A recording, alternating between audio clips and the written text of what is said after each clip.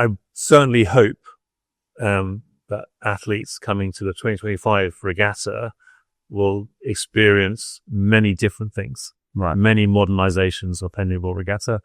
But I also hope that they have the same overarching memory, the boat tents, The cold showers. the cold showers.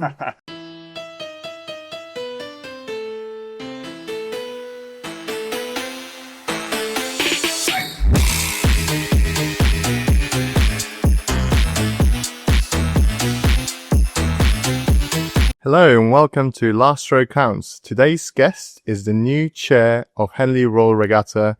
It's an absolute pleasure to have Richard Phelps on the show today. Pleasure to be here.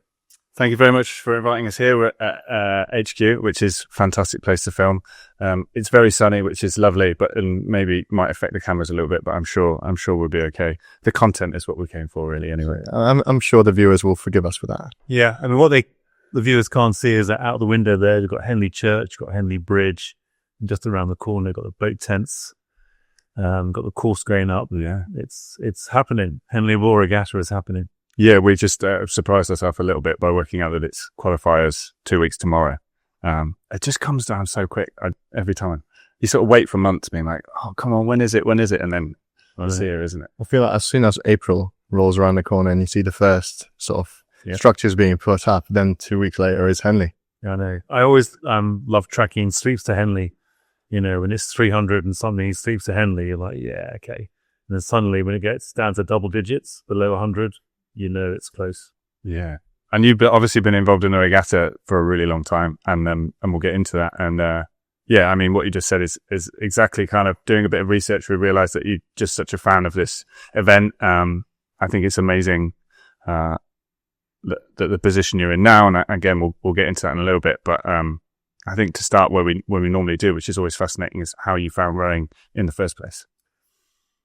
How I found rowing, I mean, if anybody who understands British rowing, the Phelpses have been part of British rowing for a long time. Apparently, the Phelpses go back something like 500 years working on the river, down in the city around the docks. So we were watermen and lightermen. And as the city grew, we moved upriver. And then, you know, the peak of the Phelps dynasty was probably sort of 1870 to 1930, when we were professional champions of the UK and around the world. There were sort of, you know, cousins and brothers galore based in Fulham, Putney, and that part of the world. So that was in the 1930s. Ted Phelps, Eric Phelps were professional champions. Phelps has won 6 or 8 Doggets races between 1870 and 1930, or 50 was the last one. So that was probably a heyday of the Phelps dynasty. You know, if you see my LinkedIn post, you would have seen the picture of my grandfather and 2 brothers. And the Phelpses were sort of the working men, professionals, not gentlemen amateurs, weren't allowed to compete at the Olympics or Henley Royal Regatta. They were in the boat tents. Although there's a great story of, so there were 2, I mentioned the 2 world champions, professional world champions, Eric and Ted. They were both sons of Bozzy Phelps, who was sort of, you know, a bit of a patriarch figure. And my grandfather was my great grandfather was Bozzy's brother, Charles. Anyway, so Eric and Ted. Ted was a slightly larger athlete, you know, probably over 6 foot. Eric was a lightweight, a natural lightweight. Had there been a lightweight division, he would have been a lightweight. He also had a hair lip, so, you know, in his eyes, the world was against him. He was the younger brother. He was smaller, he was lighter, had, you know, a hair lip. So the reality is that those brothers were never allowed to race. Bozzy Phelps refused to allow Eric and Ted to race because, rumor has it, he knew that Eric would win and that would crush the big brother Ted. But Eric would come to Henley, and the week before Henley, he would coach the competitors in the Diamond Sculls. So he would meet the first one down at the start and do a start to barrier, flat out, beside them, and coach them. Wow. and then he'd spin around and go back down and do the next one. He'd get a guinea or whatever the fee was, a crown or shilling. I don't know the number, but he would get paid by those coaches, by those scullers, to have him scull beside them and coach them whilst they were going flat out. So that was the sort of professional amateur. And if you've ever seen the movie Chariots of Fire, there's that great scene when the Master of Trinity, and is it Jesus or wherever else, bring Abraham's in for dinner to ask him what he's doing, having a professional coach. You know, you're bringing the gentleman's sport into disrepute by having a professional coach. That was in 24, for Paris Olympics. Yeah. So, you know, that was the mindset in the 20s, and by the 30s, having professionals coach the gentleman amateurs was acceptable, but they were still working professionals and they weren't allowed to compete in the Olympics or events like Henley. That's crazy. How do we get there? That was amazing. History of how you got into rowing. So I guess it's in your blood. Did you feel forced into it, or was it just something you had to have a go at? I never felt forced into it. I couldn't kick, catch, or throw. So like a lot of rowers, Welcome to the club. I was never going to be a cricketer or a footballer or rugby player. I remember. So in some ways, I was waiting through the first 2 years of senior school until I could get into the boats at J14. But apparently when I was 6 months old, my grandfather had me on his knee and he was, sculling, getting my fingers round his fingers and sculling in my hand. So my mother tells me that at 6 months, he was teaching me the sculling action. My grandfather put me out in a sculling boat on the Putney Reach or Putney Embankment when I was about 5 or 6. Just took me up and down there. I'd row 15 strokes and the tide would take me back and up again. And then I would go double sculling with my father when I was probably 12, 14. So I arrived at sort of the boat club at school, having done a bit of rowing. So I guess, it wasn't like you shall row. It was just, that's what the Phelpses did. Yeah. I'm afraid, and all of our 3 children rowed as well. So, Anna and my wife Anna-Marie is a rower. Yeah. Again, it was never you shall row, but all 3 of them found themselves drifting towards a boat club. So that was falling. At Latimer. Yeah. Was at school. Yeah. So when you did get on the water, then what was it, I guess, for you that kind of, how did you catch the bug? What kept you coming back for a bit more rowing? Oh, I think the same as to so many people. Yeah. When you finally have 5 strokes with the boat's balanced and it moves, you're like, wow, this is great. How do I get 6? And then you have obviously another half hour of banging it from side to side, and catching whatever. And then you have 6 good strokes and you go, wow, how can I make it 7? So I think that's what caught me. And then of course, for the first time, if the wonder of rowing is, the more you put into it, the more it will give back to you. And so I suddenly discovered that if I just trained a bit harder, got a bit fitter, I could go a bit faster. Yeah. It wasn't about innate skills of having to catch that flipping ball. I could just give it. The more I gave it, the more it gave me back. And so that sort of reward, that input, output, reward, payoff felt good. And getting into crews and being fast in the crew beside you, I'm naturally quite competitive. So all those things together just made it work. And was it, so at school, was that still just kind of for fun, or did you start to kind of take it seriously? Was there any, in terms of taking it further, or was it still just kind of fun at that level? It was fun. I think it felt like it gave me purpose. So, studying at school was something you had to do. Rowing was something that gave me purpose, which is why I think, when I rowed as a J14 and then I didn't grow and all of my year did. So I was a cox in the J15. So I think that was a bit of okay. So I'm still loving it. I'm still doing it and I'm involved but I'm now coxing. Mm-hmm. I think, perhaps my father at that point was thinking, gosh, maybe he's got the sort of, maybe he's got the Eric Phelps gene rather than the Ted Phelps gene. And then suddenly at J16, I grew and found myself suddenly at 6'5", so or 6'4", whatever the final height was. So yeah. There's a funny story. Adam Moffat, who's the head coach at Teddy's, he was as a J16, he coxed at Junior Worlds. He coxed partridge. And then J17 and 18, he then had his growth spurt and went back and rode there. I think he thinks he might be the only person that's done it, which is quite impressive.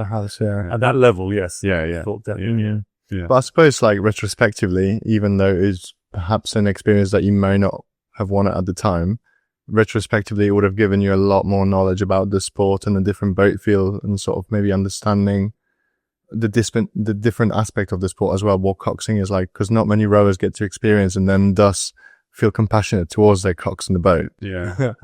So there was there's an element of it which means that I am more sympathetic to the plight of the cox. Yeah, I don't think I was probably a very good J16 or J15 cox. I was probably no better than anybody else. So, but it definitely gave you a perspective. It probably gave you a good perspective of how the boat responds to the rudder, which, is something which suddenly when you find yourself in a coxless 4 or a coxless pair, you've got far more innate understanding of what the rudder does and how it reacts and how the boat responds to it. And that's goes on the tideway. So you've got a much better perspective of the tideway as well. So, there were benefits from it. The disbenefit was, I don't think in the late 70s, weatherproof gear was that good. So I do remember some really cold, wet outings where I was coxing. I think coxes today still all have very cold, wet outings. Yeah, it's not something you can get away from. I remember the first time I coached from a launch, because coaching from the bank on a bike, you always stay warm. But when you start coaching from launch and that coldness just gets in, and you start to think, I feel so bad for coxes. Yeah. No, I'm with you. And when we found out that how much of an adrenaline rush coxers get during races, but there's almost no way to expend that energy, they will get out of the boat all shaky. Just full of adrenaline with the jitters and like, what are you supposed to do as a rower? Obviously you can channel that. Yeah. So then after Latimer, you went to Cambridge. Was that with a view to row or not directly? No. Oh, okay. I left Latimer and I remember I had a place to go to Nottingham, but I took a gap year and began working. And I just loved working. I worked in property investment. It was really exciting doing deals. So I remember going home and saying to my parents, I'm not going to university. And I would have been the first in the family to have gone to university, and they were devastated. So I remember the next day my mother said to me, we totally understand, it's your life, but you can't stay here. So you need to leave home. You've got 6 months. So I was encouraged to get on. If I was going to do that, it was fine, but get on. So I then worked for 6 years. So 6 years I was working and rowing. Still on the tideway? I went initially to Thames, but that didn't quite work out. So I went to Kingston. I went to the Anglo-French match when I left my last year at Latimer, and a couple of guys there went to Kingston Rowing Club. So I did a winter at Thames, didn't really make it, cut it, whatever. And a couple of the guys from the Anglo-French crew said, come to Kingston. It's quite good fun. So I joined Kingston. I arrived too late to make the Henley cruise that year, but then stayed at Kingston. And it was Kingston where I got my first GB vest in 86. So I owe Kingston an awful lot. There are members of Kingston who were around then who I know who they are. They know who they are. They helped the 4 of us. It was a Cox 4. We went from nothing special. We didn't even win Henley. We lost to Brit to the Star Club 4. But we went to Lucerne in the days when clubs could enter Lucerne. Went to Lucerne, made the final, beat the other British 4 that was entered. We came back and did the national championships. We didn't even win that. Leander very cheekily entered I think half their ladies 8 did a 4, and they beat us in that champs. Then we did down 23s and won a gold by a long way. Nice. And then it was the Nottingham, it was a home world championships. There was no British Cox 4. And Penny Shooter said, well, why, no harm in selecting you. You've proven you're quite fast and you're good for the future. So literally under Kingston's coaching and guidance and support, we went from being an ordinary club crew all the way to GB crew in one season. Wow. So, things you just couldn't do that now, could you? You couldn't do that as a club crew. You'd have to get really, really fast and strong, get to Caversham, and then do 1 or 2 years at Caversham before you could make that journey. So Latimer, short spell at Thames, which is probably, where the strongest Phelps family connections are. Uh-huh. So Latimer, a bit of Thames, and then quite a few years at Kingston, and then in 87, 88, I was part of the national team setup, and it was very much indicated to me that if I wanted to progress, I should probably go to Leander. So I joined Leander and rode in that ladies' plate crew in 88. Nice. What was it like back in the day, rowing in Henley? As opposed to now, obviously, you will have seen the progression and the evolution a little bit. Just to set the scene, because for me, it's difficult to sort of put myself in that place. Yet. I'm 89, so nearly. But yeah. Bloody good grief, he said. Good grief. What was Henley like then? In terms of the rowing, you were still working full time, or was it rowing around full time working, or was it working full time? But work was very. It wasn't. It was. I was able to flex my work around training. So if I had to be in Henley by 6 o'clock, I could style my work to be inspecting and visiting and reviewing properties this side of London. Then I could get in a car and get here quite quickly. So I could flex my work around my rowing, and my firm was very supportive. So what was Henley like in 88? Gosh, well, I remember it being wet. I mean, it was a bit like Henley 24. If you look at the pictures, and there are some videos of that year, it's kind of strange because it's not principally, and we are going back a long time now, so my memories of it are very much like a rower may experience Henley today. Yeah. The booms, the course, the enclosures, the noise, the boat tents, although we were boating from Leander. So the key ingredients were pretty much the same. And my memory is because, you were talking about your joys of rowing, the ladies' plates. I mean, we led that final up to the progress board and got rowed through by Mercantile. Yeah, I've been there. Yeah. I don't know, but still, I think I look back and the advice I give to other rowers is definitely, I think, win or lose, the close ones are the ones you remember. Even though I'm in 3, I think I've done 4 Henley finals, and it's combined distance of, what is it, like 20 feet? Gee. So yeah, coming through the enclosures when it's that close is unbelievable. Yeah. And I look back and I'm as happy to be a part of all of those races. Yeah. So I remember that final, and the noise was just incredible. The devastation that we had got it wrong. There are so many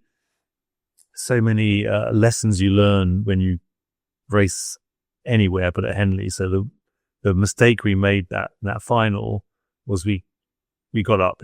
From memory, we were about 3/4 of the length up. It may be the records will show something different. And we just kept pushing to try and break clear. You know how mental is, break clear, kill the race off. And we pushed and pushed, and each push was less and less effective. And so the point where I think the Cox was still calling them, but they weren't doing any good. And then they got past Remenham. They began to come back at us, and there wasn't anything left in the tank. And we threw it all in, and by the progress boards, they were creaming. And it's like if you are the other side of that equation, without really trying, or if you are trying, you're slowly, each rower is seeing more of the opposition come into view. By God, you find more power. So it was a lesson learnt. I pass that one on to any rower about to compete at Henley. If, sometimes you can dictate the race more from behind than in front. So, if you are up and if you can't break clear, you don't have to commit everything to break clear, because it can cost you. Good advice. Yeah, definitely. Yeah, absolutely. And then you continued sort of in the senior team. I think 89 was the year that Jürgen turned up Leander? 1990. Oh, 90, yeah. Yeah, so I didn't make 88 team, but I made it back in 89. And then I was in the senior team through to 94. And then I went to Cambridge in 92. And 92 also, you went somewhere else. You went to Barcelona. I went to the Olympics in 92. Yeah. How was that? Not the best experience. I mean, we came last in the final, so, made the final. But the year before, 91, the British 8 had got a bronze medal. So I think the more frustrating thing, and I think other members of the squad, so whether it be Johnny and Greg Searle, who were in the 1891 and went to the pair and got gold, or whether it's members of either of the fours, I think that was probably not the strongest, that was not the best experience of British selection, to the point where they tried combinations at the early regattas. It didn't quite work. And in the end, they sort of decided they couldn't work out who should be the 8, Cox 4 and Cox's 4, instance for men, obviously. So they put all 4 fours in fours at Lucerne. So the last regatta before the Olympics was basically like a seat racing regatta for the British men. Wow. And I think it's true. I know you had Martin Cross on the episode before, but I think it's true that, so everyone's warming up at Lucerne. There's probably 3 or 4 Cox's 4 heats. And apparently the story goes that the Cox's 4 was with Martin Cross, Tim Foster. I don't know who the other 2 members of that 4 were, but they were warming up. And Tim says to Martin, wow, that race there it's credible because they've got the same crews that are in our heat as well. And then they slowly worked out that there was their heat. There's Tim Foster. Yeah. That sounds like Tim Foster. and so basically one of the 3 fours missed their heat. Oh, no. So the selectors never actually got, I don't think, the data on all 4 fours. Wow. So in the end, I think the week after that, they had to choose a team for the Olympics. So it really was, okay, well, those combinations didn't work. We didn't get the data once at Lucerne, so we're going to just go back to this one. Yeah. And then I was saying this to people recently, then on altitude camp, we had some injuries, some illness. I don't think the spare men were meant to come on training camp on altitude, but they had to come out. But obviously on altitude, you can't do intense exercise for the first 5 days. So they arrived after us, but we couldn't do much with them because they weren't acclimatized. And then even one of them got injured. So we had the guy who drove the boats out sub into Olympic A on training camp. Wow. I mean, I would love to know whether the 24 Olympic gold medal 8 on altitude went through all the spares and had the boatman sub in for some outings. It was not how you would plan a campaign to succeed, especially when it comes to the Olympics. Yeah. So interesting selection for athletes, interesting selection for equipment as well. Turning up with Mahons. Did we have Mahons in Barcelona? No, I think we in the heat. We spoke to Tim. He said that you swapped halfway through the events. Yeah. Yes, we did. Which is also crazy to think. I know we boated with Cleavers when I was in one of the early regattas that year. And then I think we went back to Mahons, and then yes, it was the world was not convinced; it was still thinking about it. Yeah. So yes, it was. I had forgotten that point. Thank you for reminding me. I'm sorry. I'm my therapist said I will get over Barcelona eventually one day, but now you just prolonged that recovery.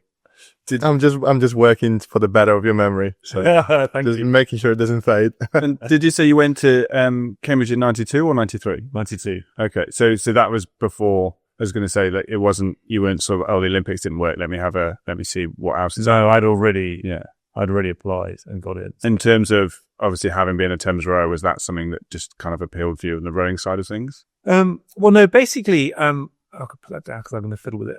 Basically, I was working in property. I got to 1990 and realized that although they were very flexible, I was getting up crack of dawn to go training, to then work all day, which was at that point not quite so productive as it should have been. And then after a working day, going to do some training. It was like, this is crazy. And by that time, Steve and Andy Holmes, and then by that point, Steve and Matt were beginning to set the bar. And, well, actually, we're training at a sensible time in the morning, then we have a rest and do it again. And I think by 1990, Jürgen was arriving. Jürgen arrived after the world champs in 1990. So certainly by 91, Jürgen introduced the 3 sessions a day, which was sort of revolutionary. 1990, summertime, the world champs in Tasmania, late 1990, I realized that something had to give around rowing and work. And so I gave up work. So I actually went back to my parents, some years after saying, I'm not going to university, I went back and said, I'm giving up work. I want to row full time. And they said, okay, well, we'll see how we can help you. So God bless them, they did. And then I realized post-Olympics, was I going to go back to work because I had bills to pay? And was I going to carry on rowing? In the meantime, I'd done my first part of my surveying exam. So I realized I had to get the qualification. Leaving school, getting a job was great, but actually you do need qualifications. So I thought, well, if I want to study, I need to work, I want to row. And all 3 of those is going to be a stretch. And a friend of mine said, well, apply to university. There are good universities that do surveying qualifications. So I applied to 4 universities, and one of them was Cambridge, and I got in. Amazing. How was that experience compared to sort of GB rowing at the time? Well, look, I tread carefully here because the athletes I rowed with in the GB squad were phenomenal athletes. And the people who were involved in the GB program in the early 90s were really dedicated and focused. But Cambridge just opened my eyes as to why I love rowing and also what moved the boat. And it was ostensibly, my coaches at Cambridge were Sean Bowden and John Wilson. Sean Bowden is a fantastic coach. I think he would say that in 92, he was learning his craft, and clearly he showed what an amazing coach he was up until recently at Oxford. But the person who really set the whole thing was Harry Mahon. Gosh, you should do a podcast on Harry Mahon. Absolutely. You can't interview him, but you can interview people. To me, Harry Mahon was different to any other coach I had. And I've been blessed to have some amazing coaches, because for him, rowing was a philosophy. A philosophy that generated a better boat speed. So he had this mindset, this behavior, this approach, this philosophy, which just impacted how you thought about the stroke. He was the first person to say to me, Richard, think about the stroke as you would do a pole vault. And you're like, where are you going with this? He said, it's exactly the same. Think about how, apart from the fact the pole vaulter accelerates down the track and you should be not accelerating up the slide, but apart from that, it's the accuracy of the placement. You energize with the legs. You use the energy in the blade or the pole, and you use your upper body to get over the bar or finish the stroke off. He said and so suddenly, boom, it's a whole new mindset and approach to rowing. And Harry brought that. He would never say to you, get your blade in quicker. He would give you a biomechanical, drop your right ear onto your right shoulder, and that would lean you over on stroke side, and that would mean that you were lifting up the catch and the blade were going quicker. So he was, I remember I was talking to him, or we were rowing or whatever, we stopped rowing, and he said, Richard, you haven't forgotten, have you? But the blade doesn't move through the water. You move around the blade. And how often do you hear coaches say, rip through the water or whatever? And it's like, no. The blade goes in, it stays still, you move around it. So everything you do is about how you respect the blade and the spoon, the water. It's not about how you pull the blade harder. Yeah. You have to pull, you push. All these things, Harry, suddenly I was like, wow, this is a whole new thing. So I got to Cambridge. I was pretty sort of jaundiced by my Olympic experience. And suddenly I had this strange Kiwi guy not telling me to pull harder, but making me completely rethink about what rowing was, how you approached it, how you thought about it. And it was as intellectually challenging as the lectures I was going to. Amazing. Yeah. I think great coaches do that, don't they? They find ways to explain it in a way that, and it's good when you do coach, you see someone doesn't quite understand what you're trying to talk about, and you throw it at them in a different way. And then you see that light, you're like, oh yeah, boom. And you're like, oh, we've got it. And I'd try and do that. That was the best coaches I had, did the same thing. But I had it, go on. I was just going to say, even now, after all this time, it's still fascinating to hear it secondhand. Just like how you can imagine, how many different ways that you can imagine how to move a bit of boat up and down on the river, you know? It's incredible. Sorry, Harry was brutal.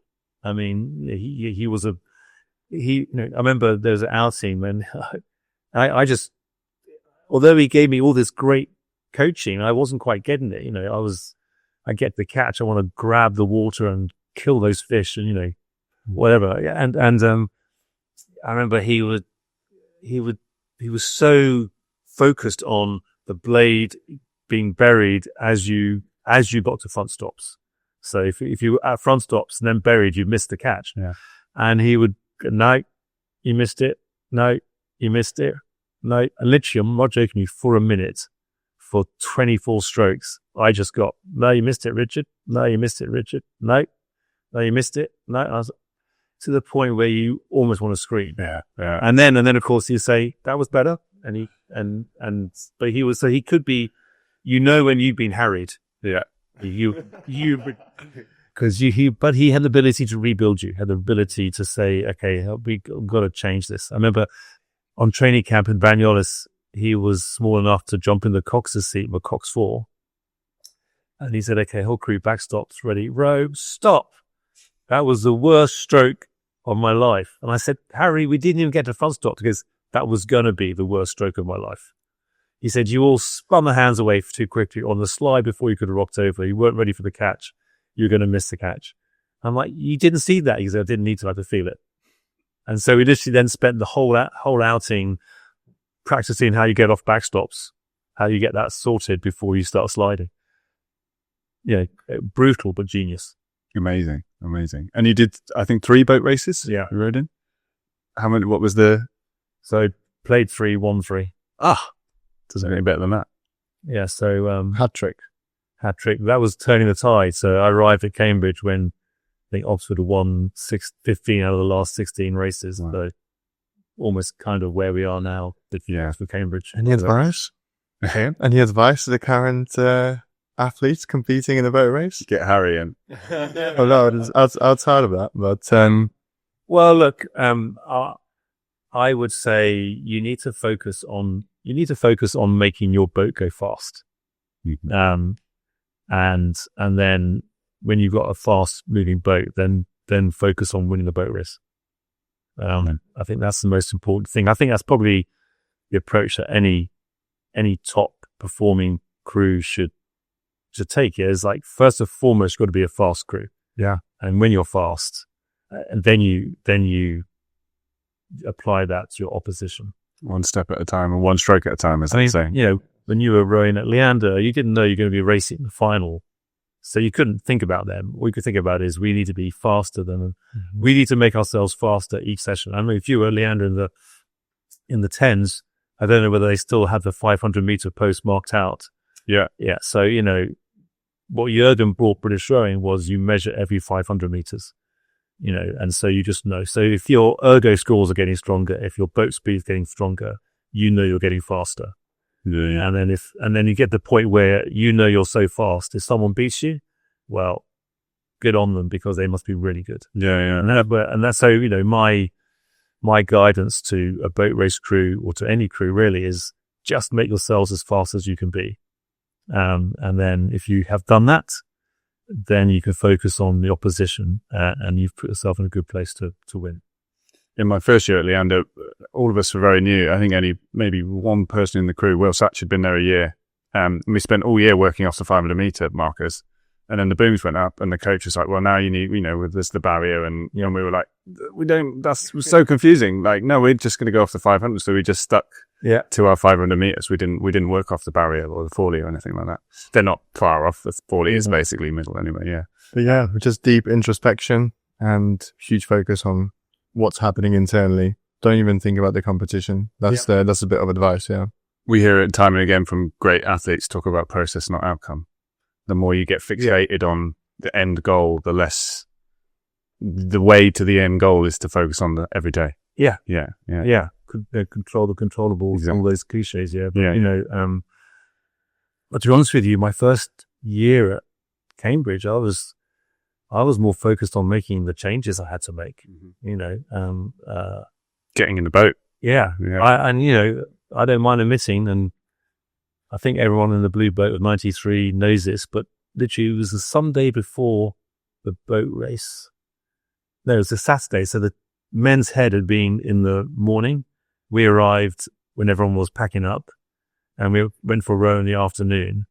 And we had a couple of, people who weren't used to the tideway. So we boated from Putney. The one thing with Harry could get himself lost in the world of Harry. And if you didn't tell him that we've been going for a long time, he wouldn't notice. So I knew that we boated from Putney and we were rowing through Kew Bridge. Okay. And I was thinking, this is a week before the boat race. I know how far we've gone. I was beginning to get the grumpy athlete head on. It's like, because we're going to go through Kew Bridge. You can't stop at Kew Bridge. You've got to go past the pier. You've got to get clear of the pier before you can stop and turn. Yeah. And you've got to paddle back. So I'm like, what are we doing? So I was getting a bit grumpy. And Harry got to give me a hard time about, you're late.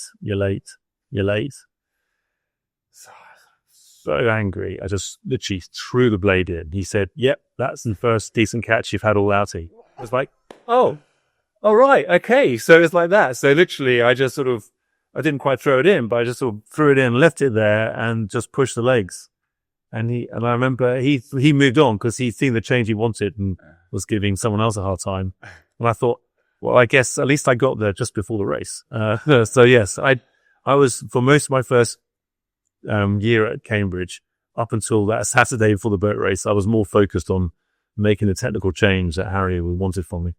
Yeah, same thing, process, isn't it? Yeah.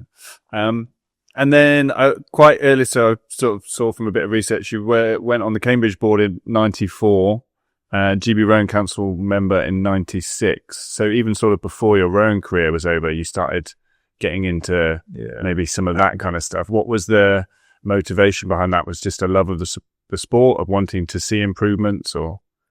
Well, so, Cambridge, I was always one of the more senior members by age of the Cambridge squad. And so, I guess by then I felt that I had some experience to bring to the team. So I definitely wanted to be president. I wanted to sort of use that experience and sort of demonstrate some leadership.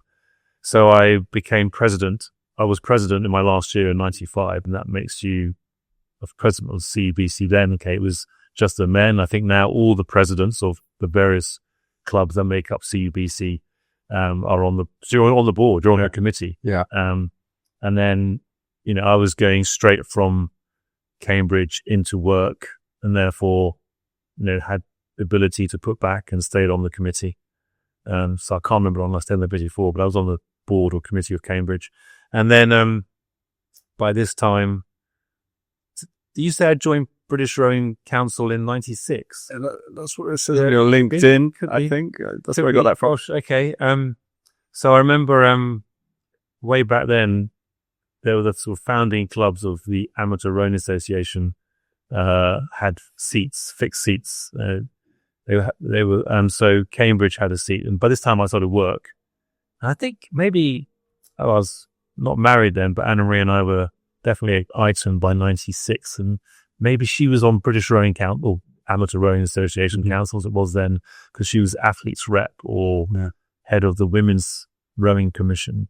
Anyway, she said, and James, Twitter, if you're listening, no, please don't give me a hard time. But I think she said the Cambridge rep hasn't been on British ARA counsel for about 2 years.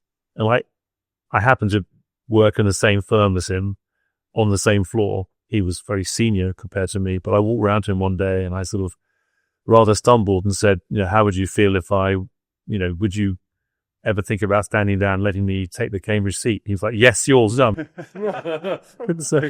So yeah, I became the Cambridge rep on what was then Amateur Rowing Association Council in 96. And I think I was there for a while. I can't remember how long. It's till 2014 I got written down. Yeah. And yeah, so again, was that sort of staying in rowing? Was that your way to kind of stay in rowing now that you weren't rowing yourself, or did you feel the pressure from being a Phelps and having to be involved in rowing in that way, or?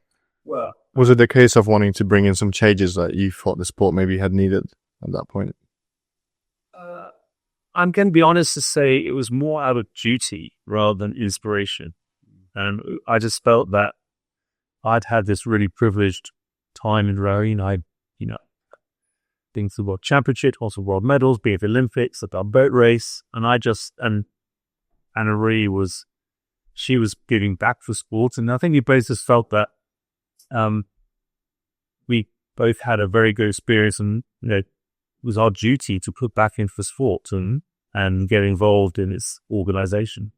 And obviously between 96 and 2014, I got a rather important phone call from the then chairman of Henley Royal Regatta. So my involvement with the sport. And I'll be honest with you, I guess, maybe there is a Phelps mindset of if you're not thinking about rowing or on the water doing rowing in any guise, then you're not really breathing. So yeah. I mean, there was to me a natural instinct to get involved with organizing with the club, with a sports organization, with club and a bit of coaching. And I also felt that, and probably rather arrogantly, that I'd learned so much from Harry Mahon.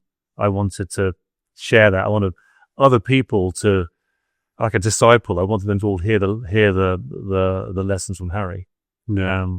So I took up a bit of coaching, which I enjoyed as well. And I knew I'd definitely finish rowing. There was no I wasn't waiting to get back on the boat. What was the moment when you knew you weren't going to continue as an athlete? What was the deciding factor? Because obviously, since your earliest moments, you probably remember being around boats, being in the boat, like you were saying earlier. Yeah. What was the final stop for you? I think it was probably the 94 World Championships, where we came, I think, 7th. Mm-hmm. And I realized that after Cambridge, I had a bit of a crossroads. I could get a job and get on with, get a career. And by that time I was 28, 29, so I think time was moving on. Mm-hmm. Or did I put life on hold and go for one more Olympics? And I think I realized that coming 7th in 94 was a long way to go to make that gap. Because to me, if I was going to go Atlanta, it had to be in with medal prospects. There's no point going back later and repeating the sort of result of. And I guess my point was, I myself was not good enough to make a difference to the crew. That me included was. So I suddenly thought, I'd probably need to take a right-hand turn at this junction in my life and get on my career and not park it. Because I also realized coming out of university, then was a thing called the milk round. Employers were looking for graduates. If I parked it, I finished university in 95. If I hadn't got a job and reappeared in 96, would I've had the same offers? So I just made that move. No, that makes perfect sense. I'm just asking because, as we know, so many rowers struggle with that decision when it's time to hang out the oars competitively and then just start doing it for fun rather than upwards of 10 times a week still. Maybe it was.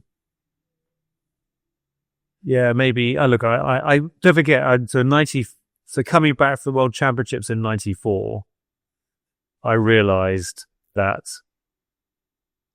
I wasn't going to do the squad in 95 and go for Atlanta. I had one more boat race campaign for which I was president. So my glide path down out of rowing was a boat race campaign.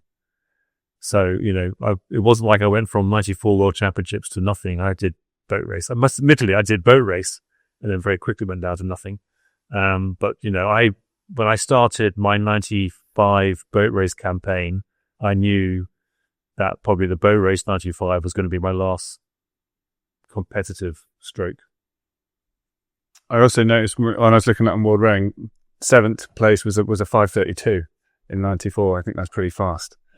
Was that right? Yeah. 5:32 was the time they had on World Rowing, which is. Tell you what, the worst thing about that. Well, I forgot about the 5:32. I'd love to know what they got in the A final. I didn't look. Yeah, Germans still winning in 94. The worst thing about the 94 World Championships was, if you're not in the A final, then you want to get your B final out of the way, because then you get into the kit swapping. Oh yeah. But we all know, stash and merch is, if you haven't got a medal, get the best stash. And that year, what was FISA, now World Rowing, decided to have the B final after the A finals, so that nations could rank athletes.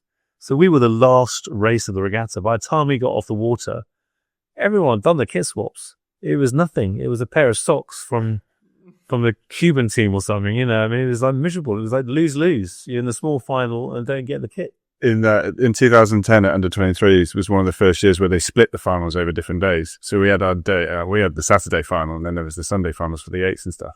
And honestly, we got there on like the Sunday morning, and like the Turkish and the Spanish team had like set out a stall. They had like a kit stall ready. They had a guy at the front that was come on and see what we've got. It was mayhem. That's professional kit swapping going on. I like that. But yeah, no, it's amazing to hear what you said about kind of giving back, because I think as an athlete, when you post rowing, if you get involved in coaching or organizing any way, you then start to see like just what goes into it and how many people are in charge of it. And I sort of remember thinking, gosh, how come I never realized this as an athlete? But I think it's because the people who are helping coaching and organizing, they're doing everything they can to take all of that off you, so you can just be an athlete. And then you kind of go behind the scenes, and again, another eye-opener, just being involved in the commentary at Henley last year, just to be behind the scenes and see how many people are involved and how many people are giving their time, and just can't, especially with the weather as well, just watching people come in and being soaked, and it's incredible. And it's like, that's the only way that our sport keeps going, really. Yeah. It's such an important point, and I would genuinely encourage every rower who's won at Henley to either to commit to volunteer at one event a year. Because if every rower who's won a Henley in the last 10 years did that, there'd be a lovely influx of younger volunteers and future for the sport. I mean, I've been an umpire, crikey, since early 2000s. And, so you go around the heads, the regattas, literally here in the Thames Valley, and it's the same people. The same people who were doing it 20 years ago are the ones doing it now. And that's 20 years later. Yeah. And obviously there is younger blood coming in, but, I'm glad you made that point, because I think if the people who have achieved great things, well, the people who have had great experience from rowing and our sport, and in particular this event, Henley Royal Regatta, if you've had that, you need to appreciate how much effort goes in. Yeah. And the sport can't do that if there aren't the volunteers to make it happen. And as you say, from doing a bit of commentary last year, you've now seen what goes on just behind that. Maybe you've seen a bit more of it, but what goes into even if it's not Henley Royal Regatta. I mean, your local regatta. I was up at Chester Regatta last weekend, and there's a army of volunteers that make that happen. Yeah. And so I would encourage all, if we just said, let's get a cohort of people who won a Henley in the last 10 years to commit to do one event in the next 12 months, that'd be fantastic for the sport. Yeah, I agree. And it's such an environment. But having done a bit at Bucks, we're doing a bit of commentary there, but just sat in the room with a load of umpires and just chatting, just the stories and the experience. It's such a fantastic environment to be in. There's so much like history and knowledge from people who've been rowing longer than I've been alive as well. Yeah, I've done a few events since last year when I got into commentary as well, and started volunteering at a few British rowing events. And yeah, some of these people have, like you said, they've been doing it for so many years. But particularly at Henley, what was very prominent was when the racing stops, that's not when the work stops. That's when the work for the next day starts. So people are in the offices crunching numbers, looking at results, checking this, checking that, organizing A, B, and C around up until 10, 11 at night sometimes. Yeah. And then racing begins at 7. And it's just the amount of effort definitely isn't, I don't want to say appreciated enough, but definitely isn't noticed by a lot of people, because volunteers make a very good point of almost like making themselves invisible by just making everything running smoothly.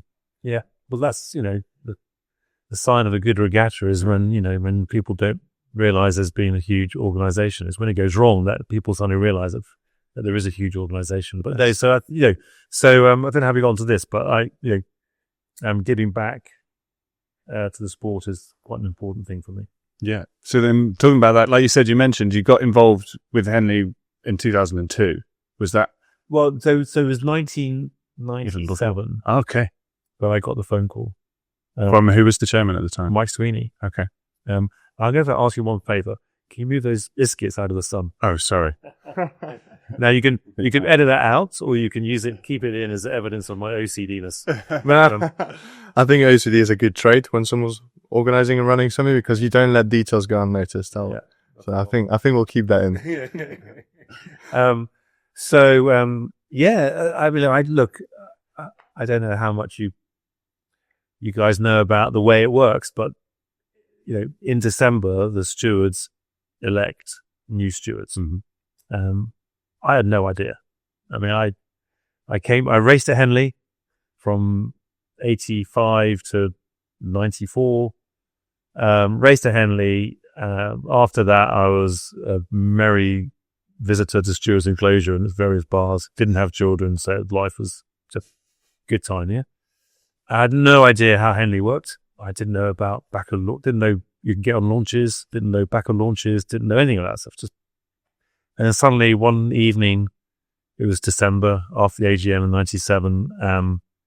We'd been out for dinner. Anna-Marie was pregnant, so I was drinking for both of us because I'm good that way. And we got home. You're too young. Today's when you had answer phone machines at home with a bleeping red light. You see, you're looking at me like, "No, I'm not that. What are you talking about?" Yeah, I remember that. So you get home to the answer phone machine, the flashing red light, and I press this button, and this voice said, Richard, it's Mike here. I thought I'd let you know you were voted in.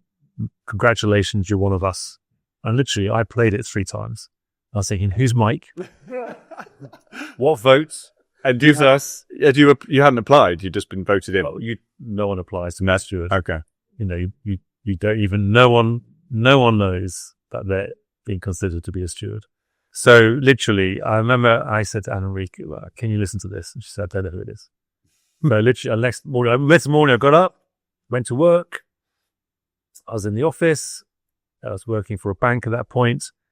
And about mid-morning, the phone rings and someone takes it. It's my dad. He says, "Your father calling for you." My dad never called me at work. I was like, "Oh my God, what's happened?" And he's got the phone. He's, "Hi, Dad, what's the word?" He's just going to say congratulations. I was like, "Well, don't you start." "What?" And he goes, "Well, have you seen it? It's in the paper." I said, "What do you mean?" He said, "You've been made a steward." Then he wore a gasket. I was like, "You're joking." So suddenly I worked out who Mike has. It was Mike Sweeney. So I had no idea.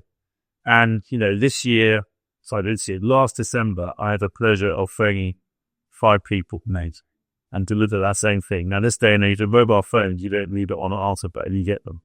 But I had 5 conversations with 5 people who were below, had no idea. Yeah. Had no idea they were even being thought about. It's probably one of those, let me get through the regatta, and I'll tell you, probably one of the most personal things a chair of Henley Royal Regatta does is phone the new stewards to say, congratulations to all of us. Mm. So people, you don't know your contention, you just get the third ball. And then they realize that what it means is that for the rest of their lives, we expect them to come here, volunteer, free. Yeah. And, but, if you've, to me, been asked to be a steward of Henley Royal Regatta is a statement of, and, I'll be very clear, Henley Royal Regatta is just an event in the rowing program. And the rowing program goes all the way up to World Rowing Olympics. So I'm not going to overstate the importance of Henley Royal Regatta. I know where we are in the pecking order, but, I think when the stewards of Henley Royal Regatta say, we value, we see, we respect and we value you of us, help us. And of course, stewards of Henley Royal Regatta, their primary focus is the stewardship. Their mission, our mission, is to leave the regatta in a better shape than we found it when we became a steward. So that's, you are a steward for life, and you have to leave the regatta in a better shape than when you became a steward in the first place. Yeah.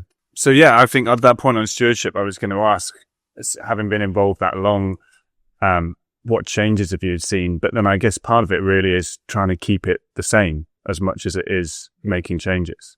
Yeah. Like you said, from when you were first there, your memories of it from when you first came as an athlete are very similar to today's athletes. Well, I certainly hope that athletes coming to the 2025 regatta will experience many different things, right? Many modernizations of Henley Royal Regatta. But I also hope that they have the same overarching memory, the boat tents. The cold showers. You're welcome. It's a rite of passage. Hang on, you rode for Leander. What were you doing? One year at school. 1 year qualifying and 1 year at school. So a brief moment. Cold shower. Okay, I better say, because that must be very perverse to leave Leander, walk out of Leander with your towel around your neck and have a cold shower. So where was I? So just a schoolboy or girl, a junior crew putting their boat on the rack, and next to them in their boat bay is an Olympic champion.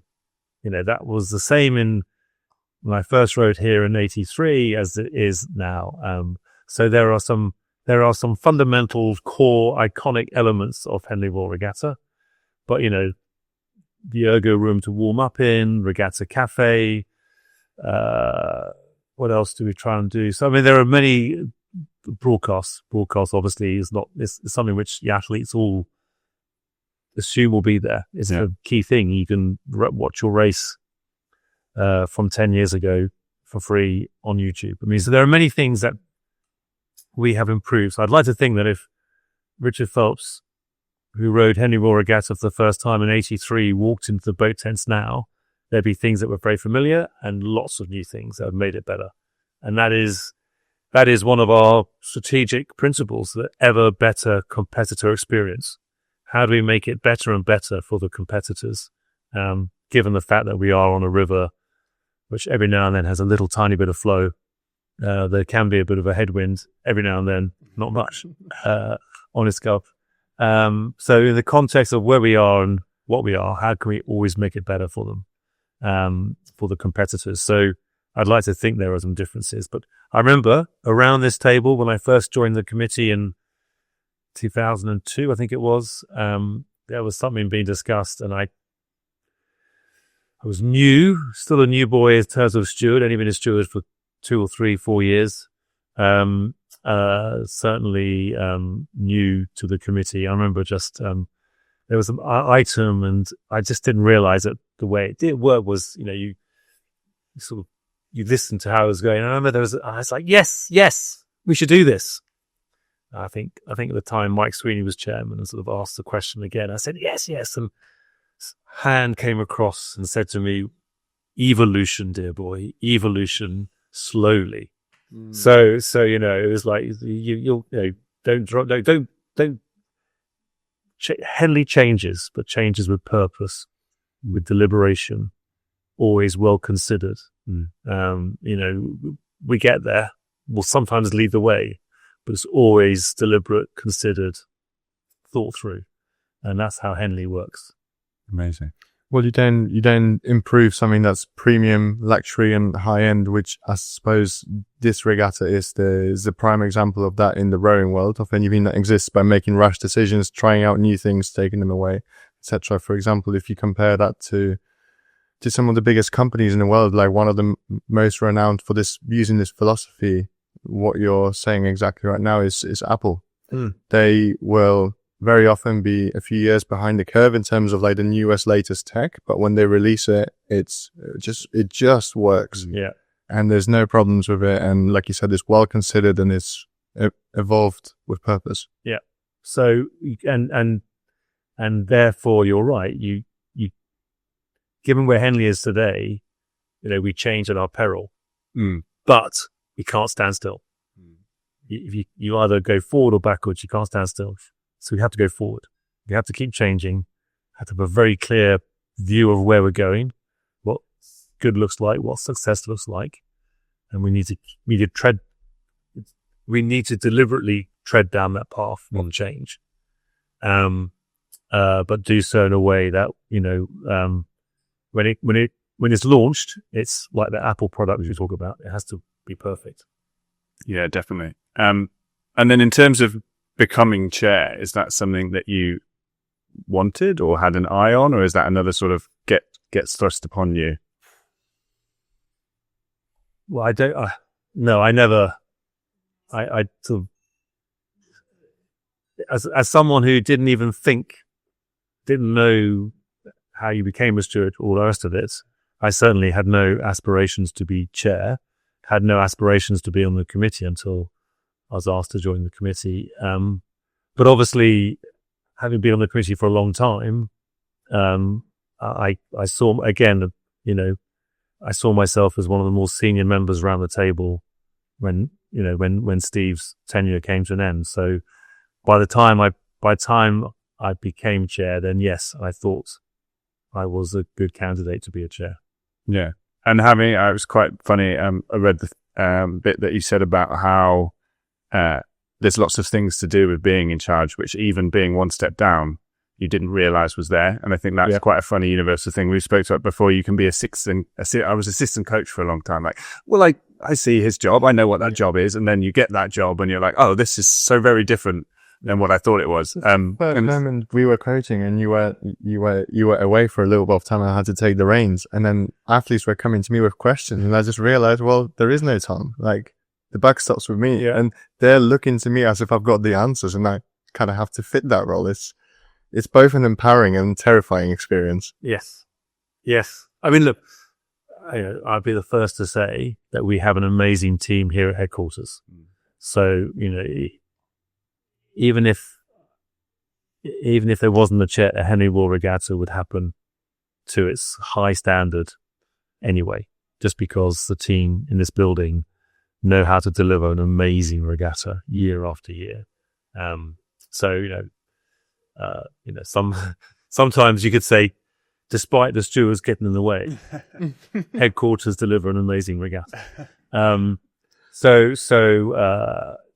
But yes, you're quite right. I've been on the committee for 20 years. I was, chair-elect for 18 months. And there are every day, especially in this last few weeks, building into the regatta, there are just more and more things that I just didn't know happened, and the regatta did. And I get emails to say, have you written to these people about this? And I go, oh, okay. No, I haven't. I didn't know about that. So I'll do it now. So there's an awful lot. Or the rent for Temple Island. Oh, yes. You're quite right. Yes, you're quite right. I've now discovered, I mean, the crazy thing is I've watched Mike, when he was chair and Steve was chair, on Saturday, meet some people on the committee lawn and they'd gather and I would see something. I don't know what it was. And now I realize it's the trustees, it's us, Henley Royal Regatta, paying our peppercorn rent of an egg to the trustees of Temple Island. So I've walked past it. I've seen it. But now I need to just vaguely be aware. Well, I now know there's someone within the family of Henley Regatta who sources eggs for that process. When you're being on the steward or a committee on your umpire, you have no idea. I mean, I'm sure Steve told me about it, and I'm sure, fine, got it. But now I realize in detail, and I have to sort of get that right. So there are loads of little things which happen around Henley Regatta, which, even though I've been on the committee for 20 years and done so many of the different parts of it, you only get to see when you're in the chair role. Yeah. And I guess then, is there anything from this regatta that's changed or new that you're excited to put into place? Or well, obviously the big new thing is the bridge. Yeah. The women's intermediate 8s event. So we now finally have a women's intermediate event in that category. So that's very exciting. I mean, we were aware that was a big gap in our racing program. We were allowing female athletes go from junior to student to club, and then from there it was that massive leap to national team or premier level, as we now call it, or out you go. And so to introduce the bridge is very exciting. And Jess Eddy, who's on the committee, Jess is an amazing individual. She leads our trophies working group. So we have a lovely new trophy that we're going to unveil for this year's regatta. Is it made by the same makers as the other trophies, or how does that process work? You're testing me. So not testing. I'm curious. This is curiosity. So this is interesting. They're not all made by the same makers. We've had different designers from way back when we had the Prince Albert was designed by Hector somebody, and it was designed. Prince Albert was because the trophy was donated by Imperial College. So of course, Imperial College is on the site of the Albert or the Prince Albert. So a lot of connections with Prince Albert. So we've had female silversmiths make some of the more recent women's events, and it's a female silversmith who's making the trophy, this one, Jessica G. So we are trying. Some of the new trophies were gifted to us. Some of the new trophies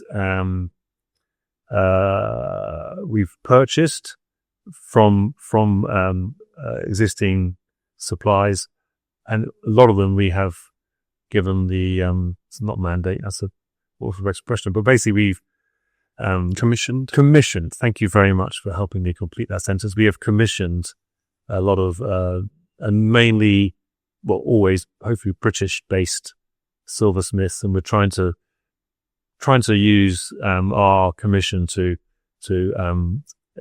create business for up and coming British silversmiths. So Jessica Jew, I think, is relatively close to Henley. Up and coming, I should probably say she's already upped and come, but a highly rated female British silversmith. That's amazing. Just taking that one aspect of the regatta and how much effort goes into that is shows you the scale of it. One of the things I'd love us to do is to have a QR code next to each trophy and to give everybody a lot more history. I really hope that this year we've asked the silversmith to film her making the trophy. Wow. I mean, if you understood, so we've also, it's probably not being seen by the public yet, we've got a new base for the Remenham, which is the women's Premier 8s, and listening to the silversmiths, because the Remenham trophy is a historic Victorian trophy, but the new base is brand new, but they've used the same techniques. So listening to the silversmith, and it's a young trainee silversmith, how she tapped the silver with a hammer for about 3 months to get the same effect, to mirror what the trophy was like. I mean, it's just phenomenal. Yeah. I mean, the stories behind those trophies are incredible, and we should tell that story more.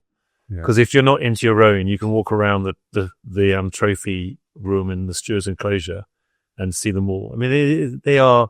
I mean, I remember a very, very experienced or senior silversmith saying, Henley Regatta has probably the best trophy collection in the world.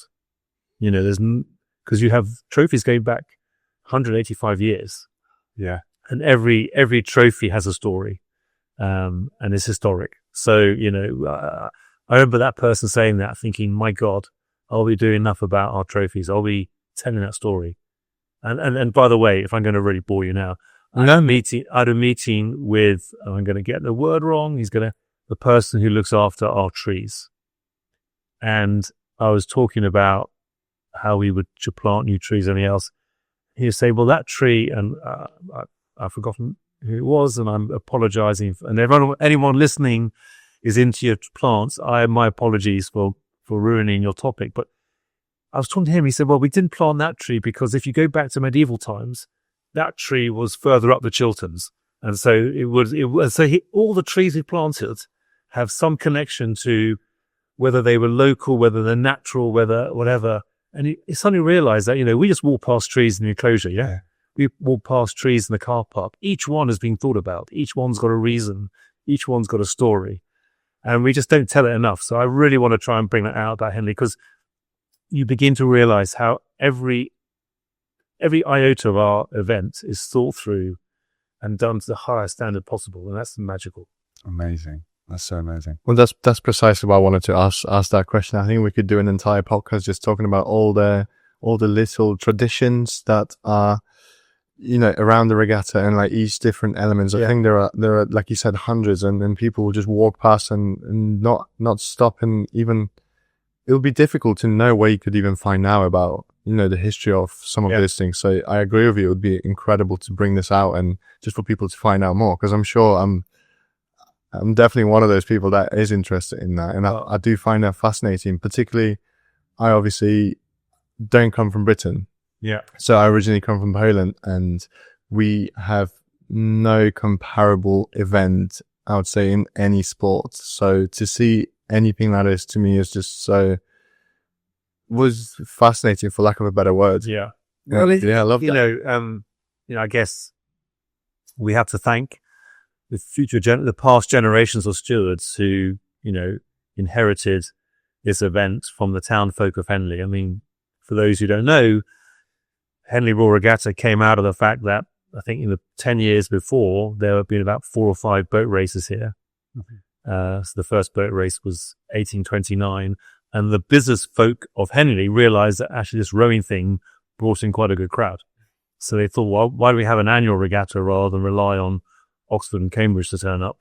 So that's how Henley Royal Regatta came about. And then some years later, those business folks said, well, we need people who can run this and make sure it happens year after year after year. They asked local dignitaries to become stewards. And that's how Henley Royal Regatta stewards. And that ethos has seen through since, 1840s to now. And thank goodness for them. They've made some good decisions and sometimes not so good decisions, but they've always the mentality of, I will leave this event better than I found it. It's amazing. And of course, if you were on your history, 1970s, Henley almost crumbled. It was going through a very bad time.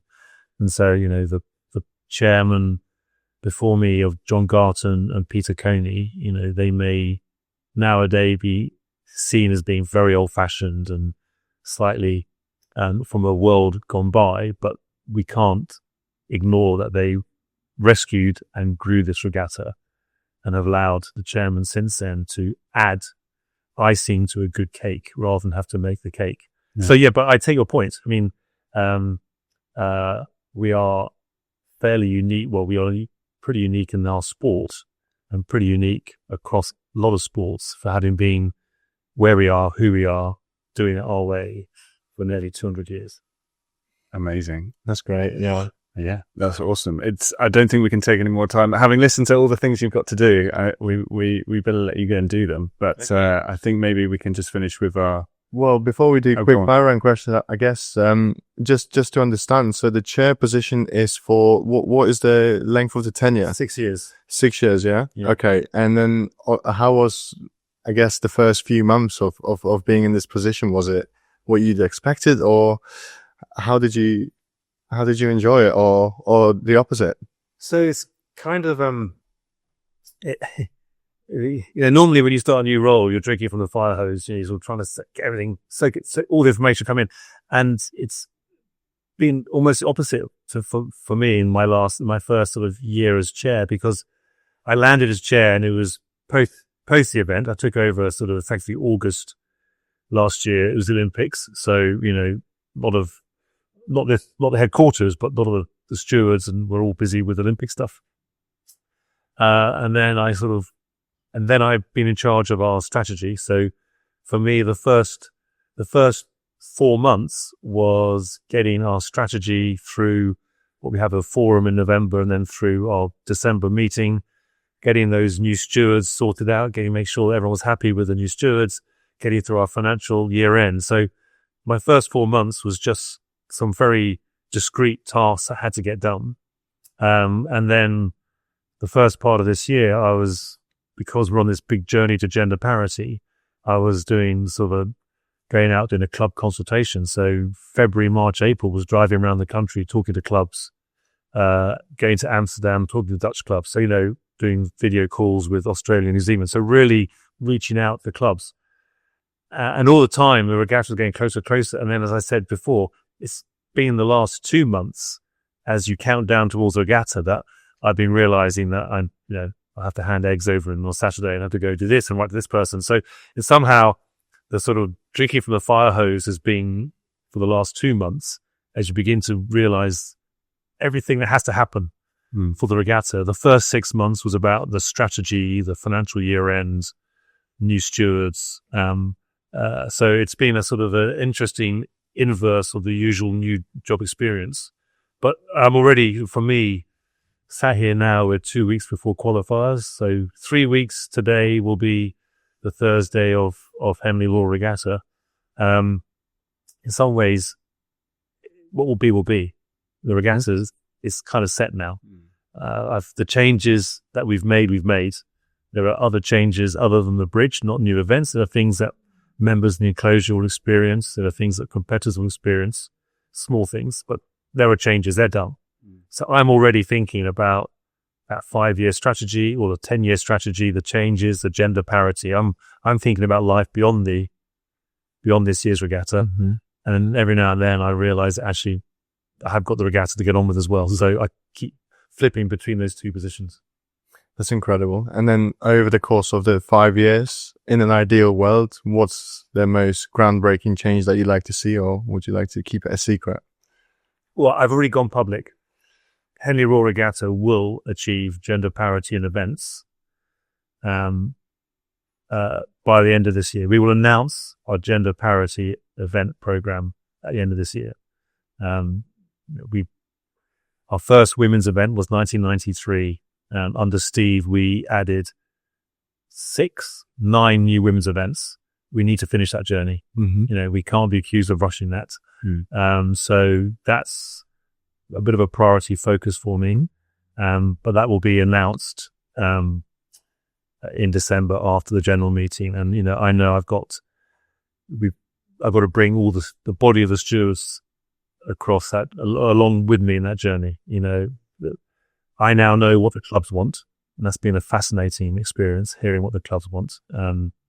You realize that across the country, people hold Henley in high regard, but we need to make sure that our regatta does for them what they need. What else? So that's on record. So there's nothing groundbreaking there. So our 4 strategic principles are stewardship, an ever better competitor experience, an ever better audience experience, and community.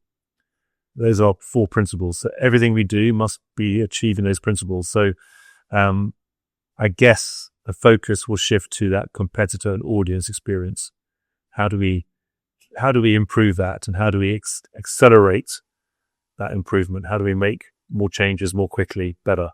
We need to be able to attract more people to Henley, to watch Henley, and they can't all be in stewards. So how do we deliver that? So there's lots of things going on.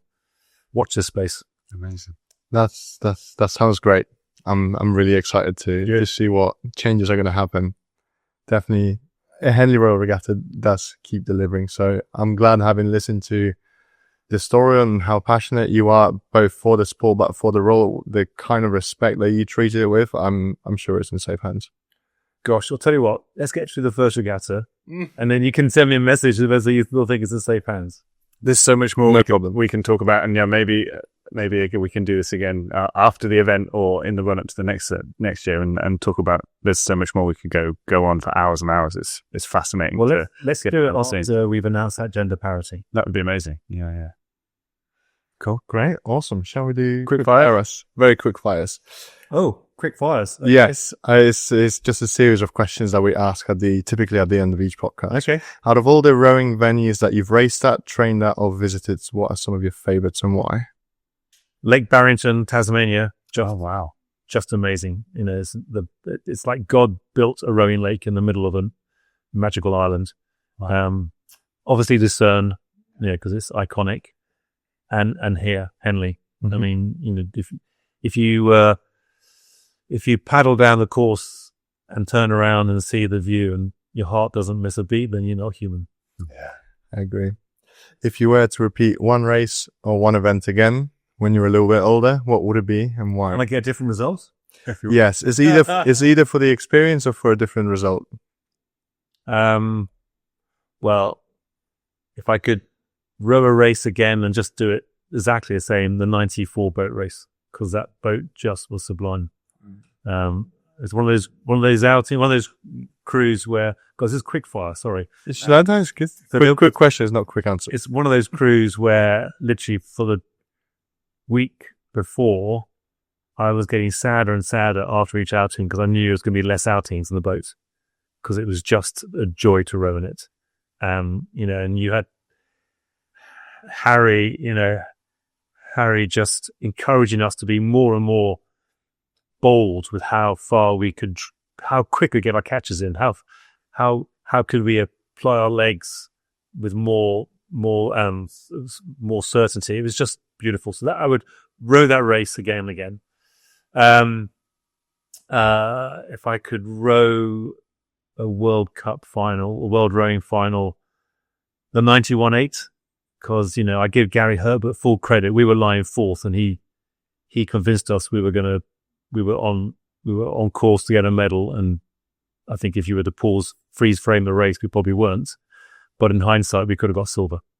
Now, for the Searles, we went on to get gold medal. Tim Foster got gold medal. Martin Cross and the boat had the gold medal. They've been there, done that. But I really wish we could have done that again and turned that bronze into a silver. And then probably that Henley final in 88. Yeah. Not pushed so hard to break clear and had something in the tank to respond to Mercantile.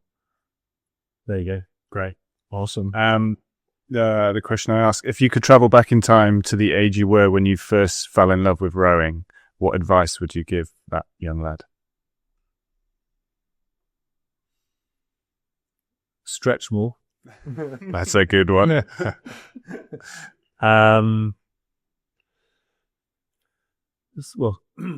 Don't stick with sculling for longer. I love team boats. I love crew boats. I love the camaraderie, the banter, the knowing that if I don't get up, the knowing that I'm getting up and so are 8 other people. If it's an 8, but I really wish I'd stuck to sculling for longer. I think sculling teaches you so much about rowing technique, but it gives you that flexibility, the confidence, and physiologically, obviously, you're more balanced than having rowed on one side of your life. So yeah, stretch more, stick to sculling for longer. After that, I don't know. That's good if that's what you've got. It doesn't have to be 3 bits. Absolutely. Whatever comes to mind. Yeah, it's good. I love. It's funny. A lot of people. I would have expected asking that question that people would try and give themselves some kind of advice to change it, but really, it's quite often to just enjoy the journey and take your time, be more aware of it, and stretch more. I think is a good one. Well, I think I would. It wouldn't be advice, but I would want to tell that boy, you're going to be good days, bad days, ups and downs, but hang in there. Yeah, because it's worth it. Exactly. Yeah. Amazing. I've just got one last question, and that's, who are your rowing idols or some of the people you've looked up to either during or post your rowing career? Rowing idols. Well, I've got to put Harry Marr up there. Yeah. Just because of what he what he showed me, and what he's done for sport. I mean, many positives. So Harry Maughan's up there. My wife, Anna Marie, for what she went from, an undergraduate, never rode, through to world champion, from lightweight to heavyweight, to what she does for sport today. So I think she's an idol for me. Steve Redgrave. I mean, how could you not have rode in the 90s and not know that what Steve did? I mean, he's just set the bar. I mean, just constantly set the bar. And in the same vein, Andy Holmes. So Andy Holmes was Steve's first partner, went to Latimer. I think he was, to me, I remember always thinking, I wish I'd rode with him. I wish I'd been good enough to be part of him. And then on training camp, 1989, Jan 89 in Banyoles, I was with a Leander Pear's partner, Julian Ormerod. Mike Spracklen took a bunch of pairs out to Banyoles. It was Steve Redgrave and Simon Beresford. And it was Andy Holmes rowing with John Maxey. And for some reason, John Maxey was injured. And Andy asked me to jump in the pair. I was so scared. Yeah. But the boat just was sublime. Andy. So I think Andy, if you know the story about Andy Holmes, about how he really fought for everything and was tough. So there, he's up there. God, that's a tough question. Mm-hmm. Can I just say, no, I didn't get this in advance, so I'm struggling because I didn't get this in advance. Rowing icons. Again, 3 is good. 3 is good. Not answers it. Yeah, not everyone gives 3. That's amazing. That's a great answer. Yeah, no, that's fascinating to hear, and hopefully, obviously, having listened to and followed some of Anna Marie's journey as well, we'll get to one day sit down with her too and ask her some questions, and perhaps she'll name you as her rowing idol. We'll see. Yeah. Well, look, I mean, there are so many people who I now feel I've missed out on. I've not given due credit, but I think the sport is blessed with many great icons, and I'm doing a lot of work now with Matt Pinson, who's steward on the committee. You get to realize that they're quality people, but they're not gold medalists by chance. Put it that way. Awesome. Amazing. Well, thank you once again for sitting down with us and finding some time before your inaugural regatta as the chair. We're also really looking forward to it. Both as commentators, as fans of the sport, and as spectators. And yeah, we wish you all the best for your tenure and hope you get to achieve everything that you set out to do. But so do I. I know there's a lot of eyes will be checking that I do, and happy to sit down again, start early next year, and we can see where we got to. It's amazing. Yeah, thank you. But as for today, this concludes everything for this episode. So on that note, easy there. Cue the music.